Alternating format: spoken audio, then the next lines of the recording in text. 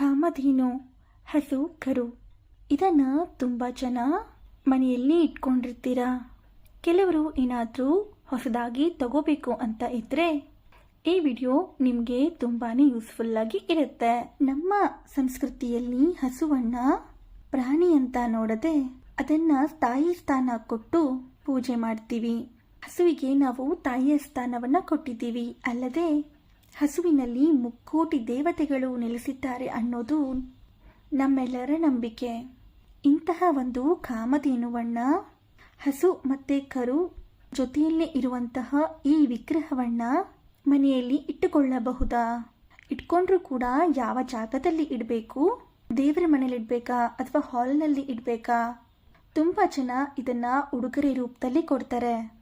ಅದಲ್ಲದೆ ಎಷ್ಟೋ ಜನ ಮನೆಯಲ್ಲಿ ತಮ್ಮ ಮುಂಬಾಗಿಲಿಗೆ ಟೈಲ್ಸ್ ಮೇಲೆ ಕೂಡ ಈ ಚಿತ್ರವನ್ನು ಹಾಕಿಸಿರ್ತಾರೆ. ಇದು ಒಳ್ಳೆಯದಾ? ಈ ರೀತಿ ಹಾಕೋಬೋದಾ? ಇದರಿಂದ ಏನಾದರೂ ಒಳಿತು ಆಗುತ್ತಾ? ಹಾಗೆಯೇ ಇದನ್ನು ಎಲ್ಲರೂ ಕೂಡ ಮನೆಯಲ್ಲಿ ಇಟ್ಕೊಳ್ಬಹುದಾ? ಮನೆಯಲ್ಲಿ ಇಟ್ಕೊಳ್ಳೋದಾದರೆ ಯಾವ ಜಾಗದಲ್ಲಿ ಇಟ್ಕೊಳ್ಬೇಕು? ಪ್ರತಿಯೊಂದು ಕೂಡ ವಿವರವಾಗಿ ಈ ವಿಡಿಯೋದಲ್ಲಿ ನೋಡೋಣ. ಕಾಮಧೇನುವನ್ನು ಪ್ರತಿಯೊಬ್ಬರೂ ಕೂಡ ಮನೆಯಲ್ಲಿ ಇಟ್ಕೊಳ್ಳೋದು ಬಹಳನೇ ಒಳ್ಳೆಯದು. ಇದು ನಮಗೆ ಸಮುದ್ರ ಮಂಥನದಲ್ಲಿ ಸಿಕ್ಕಿರೋದು. ಸಮುದ್ರ ಮಂಥನ ಸಮಯದಲ್ಲಿ ಹೊರಬಂದಂತಹ 14 ರತ್ನಗಳಲ್ಲಿ ಇದು ಕೂಡ ಒಂದಾಗಿದೆ.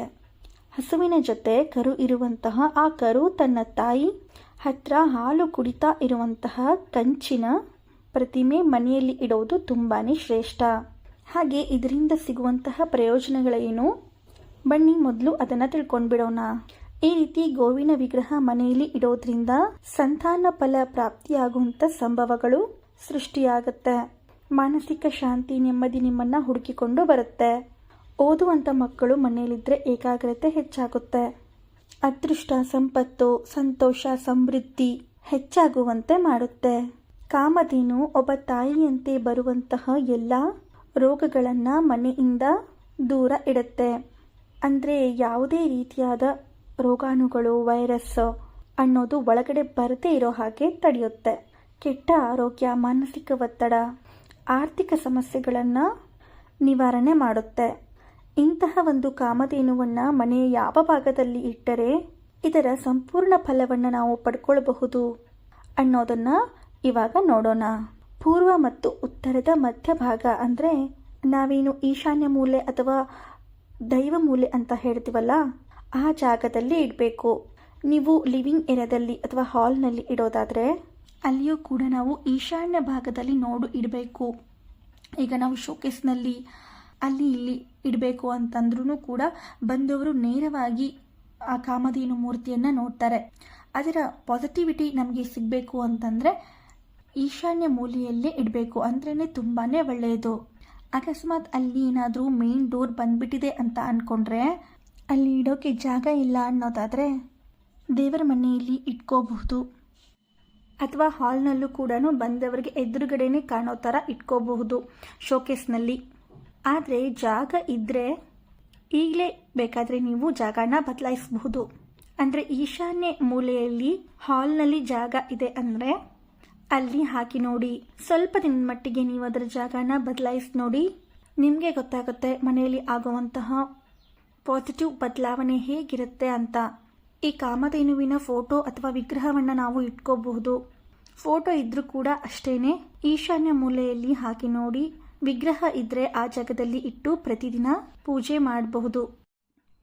ಅಥವಾ ನೀವೇನಾದರೂ ಮನೆ ಮುಂಭಾಗದಲ್ಲಿ ಹಾಕ್ತೀರಾ, ಟೈಲ್ಸ್ ಮೇಲೆ ಆ ಚಿತ್ರಗಳನ್ನು ಹಾಕಿಸಿ ಮನೆ ಮುಂದೆ ಇದರ ಫೋಟೋ ಏನಾದರೂ ಹಾಕ್ತೀರಾ ಅನ್ನೋದಾದರೆ ಖಂಡಿತವಾಗ್ಲೂ ಕೂಡ ಹಾಕಬಹುದು. ತುಂಬ ಒಳ್ಳೆ ಪಾಸಿಟಿವ್ ಎನರ್ಜಿ ಇರುತ್ತೆ. ಆದರೆ ಟೈಲ್ಸ್ನಲ್ಲಿ ಈ ರೀತಿ ದೇವರ ಫೋಟೋಗಳನ್ನು ನೀವು ಹಾಕುವಾಗ ಅದು ಪೀಸ್ ಇರಬಾರ್ದು. ಅಂದರೆ ಇವಾಗ 3-4 ಪೀಸ್ಗಳನ್ನು ಸೇರಿಸಿ ಒಂದೇ ಚಿತ್ರಗಳನ್ನು ಮಾಡ್ತಾರೆ. ಆ ರೀತಿ ಇರಬಾರ್ದು. ಒಂದೇ ಟೈಲ್ಸ್ನಲ್ಲಿ ಇಡೀ ಒಂದು ದೇವರ ಚಿತ್ರ ಅದರಲ್ಲಿ ಮೂಡಿ ಬಂದಿರಬೇಕು. ಆ ರೀತಿ ಏನಾದರೂ ಈ ಜಾಯಿಂಟನ್ನು ಮಾಡಿ ಇಡೋದಾದರೆ ಅದು ಭಿನ್ನ ಆಗಿರುವಂತಹ ಲೆಕ್ಕ ಬರುತ್ತೆ. ಹಾಗಾಗಿ ಒಂದೇ ಟೈಲ್ಸ್ನಲ್ಲಿ ಚಿತ್ರ ಬಂದಿರಬೇಕು. ದೇವ್ರ ಮನೆಯಲ್ಲೂ ಅಷ್ಟೇ ಕೆಲವೊಬ್ಬರು ಹಿಂದ್ಗಡೆ ಫೋಟೋಗಳನ್ನು ಹಾಕಿರ್ತಾರೆ. ಆ ಸಂದರ್ಭದಲ್ಲಿ ಏನಾಗುತ್ತೆ ಅಂದರೆ ಎಲ್ಲವನ್ನು ಪೀಸ್ ತಗೊಂಡು ಒಂದೇ ಚಿತ್ರಗಳನ್ನ ಮಾಡಿರ್ತಾರೆ. ಆ ಥರ ಮಾಡಬಾರ್ದು. ಒಂದೇ ಒಂದು ಟೈಲ್ಸಲ್ಲಿ, ದೊಡ್ಡ ಟೈಲ್ಸ್ ಆದರೂ ಪರವಾಗಿಲ್ಲ, ಅದರಲ್ಲಿ ಒಂದೇ ಒಂದು ದೇವರ ಮೂರ್ತಿ ಬಂದಿರಬೇಕು. ಆ ರೀತಿ ಚಿತ್ರವನ್ನು ನಾವು ಟೈಲ್ಸ್ ಮೇಲೆ ಹಾಕಿಸ್ಬೇಕು. ಇವಾಗ ನೀವು ಕಾಮಧೇನುವಿಂದು ವಿಗ್ರಹ ಮೂರ್ತಿ ಇಟ್ಕೋತೀನಿ ಅಂತಂದರೆ ಅಮೃತಶಿಲೆ ಅಥವಾ ಕಂಚಿಂದು, ಬೆಳ್ಳಿ, ಪಂಚಲೋಹದ್ದು ಈ ತರಹದ್ದು ಕೂಡ ಇಟ್ಕೋಬಹುದು. ಮರದ ಐಟಮ್ ಆಗಿರ್ಬೋದು, ಪಿಂಗಾಣಿದು ಆಗಿರಬಹುದು, ಈ ತರಹದ್ದು ಕೂಡ ಶೋಪೀಸ್ ಅಂತ ಹೇಳಿ ಸುಮಾರು ಜನ ಗಿಫ್ಟ್ ಎಲ್ಲ ಕೊಡ್ತಾ ಇರ್ತೀರ. ಅಂಥದ್ದನ್ನು ಕೂಡ ಮನೆಯಲ್ಲಿ ಇಟ್ಕೋಬಹುದು.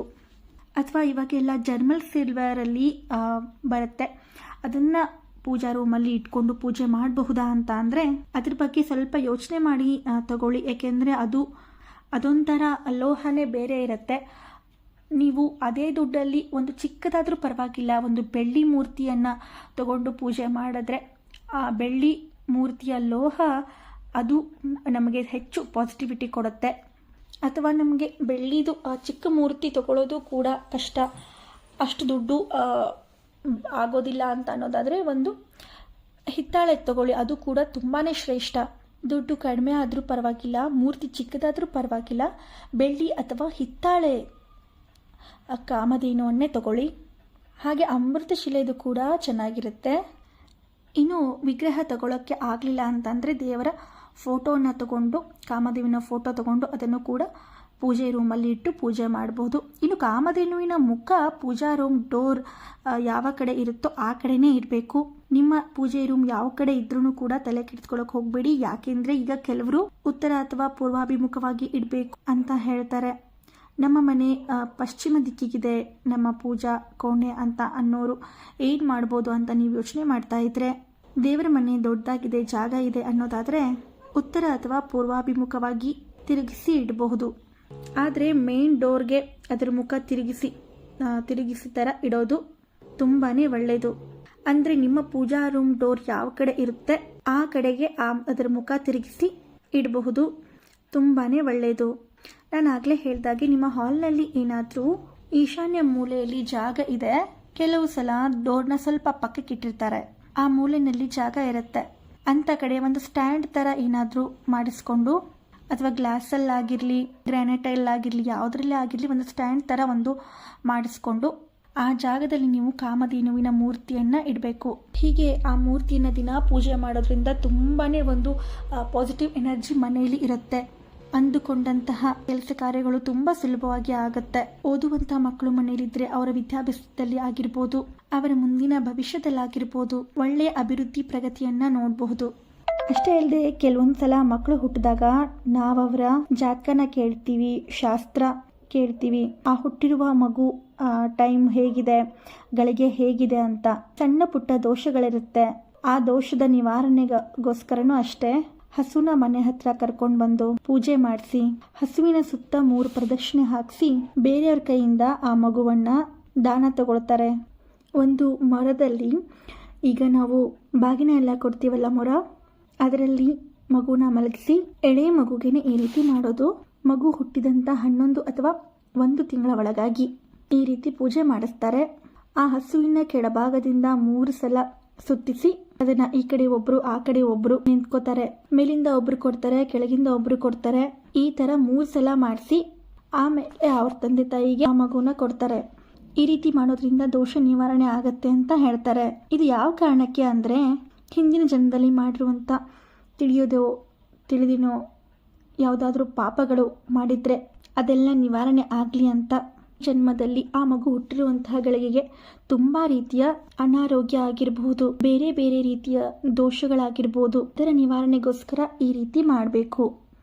ಒಟ್ಟಿನಲ್ಲಿ ನೀವು ಈ ಕಾಮಧೇನುವನ್ನು ಮನೆಯಲ್ಲಿ ಇಟ್ಕೋತೀನ ಅನ್ನೋದಾದ್ರೆ ಹಸು ಕರು ಜೊತೆಲಿ ಇರುವಂತಹದನ್ನೇ ಇಟ್ಕೋಬೇಕು. ಬೆಳ್ಳಿ, ಹಿತ್ತಾಳೆ, ಕಂಚು, ಪಂಚಲೋಹ ಅಥವಾ ಅಮೃತಶಿಲೆ ಇದು ತುಂಬಾನೇ ಶ್ರೇಷ್ಠ. ಇವುಗಳು ಪೂಜೆ ಮಾಡೋದಕ್ಕೆ ಯೋಗ್ಯವಾಗಿರೋದು. ಇದನ್ನ ನೀವು ಇಟ್ಕೋಬಹುದು.